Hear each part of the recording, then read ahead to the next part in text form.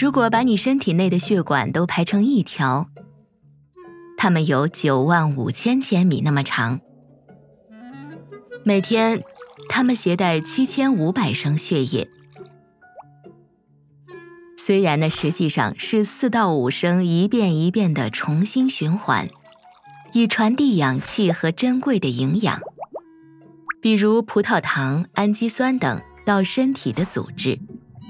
这些血液加在一起，对血管壁施加了一种强力，那种力量就叫做血压。血压随着心跳升高或降低，血压在心脏收缩的时候是最高的。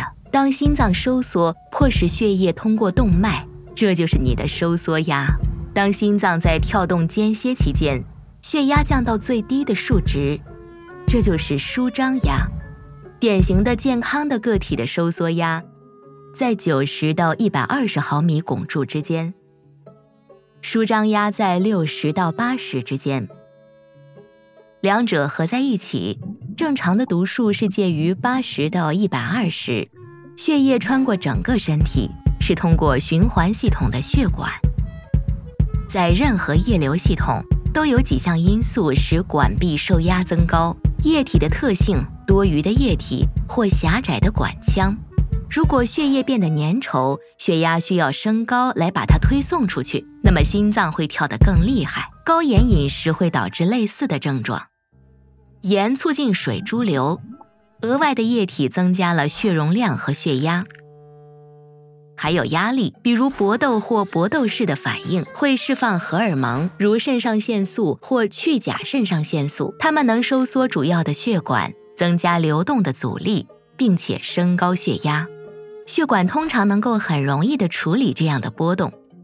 血管壁里的弹性纤维使得血管富有弹性，但是你的血压增高多于140/90，我们就把它叫做高血压。如果一直持续，可引起严重的问题。那是因为额外的血管壁的压力能引起很小的泪泡。当受伤的组织肿胀起来，炎症反应的物质，如白细胞，会聚集在泪泡周围，脂肪和胆固醇在血液中漂浮停留，最终会形成粥样块状物，使得动脉血管内壁僵硬和变厚。这种情况就叫做动脉粥样硬化，这能产生危险的后果。如果粥样块状物破裂，血块在已成型的块状物顶部成型，堵住已经狭窄的管腔。如果血块够大，它能够堵住养分和营养传送到下面的细胞。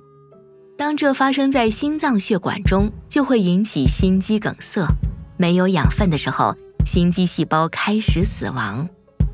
如果栓塞堵住了大脑的血流，就引起了中风。危险的栓塞血管可以被通过血管成形术的手术扩大。医生在血管中放置一条细管到栓塞的地方，然后在细管上放置一个未充气的气球导管。当气球充气的时候，它会强迫通道再次打开。有时候一条硬性管道叫做支架，会放入血管使其张开，让血液自由地流动，来补充下面管道里缺氧的细胞。在压力下保持弹性，对动脉是一种艰难的工作。它们泵出的液体是由一些能够粘连并堵住它们的物质组成。通常你的心跳在70次每分钟，在平均寿命中至少跳上250亿次。这听起来像不可逾越的一堆压量，但是别担心，你的动脉为此挑战而装备完好。一定要订阅这个频道，这样你就不会错过学习新东西的机会。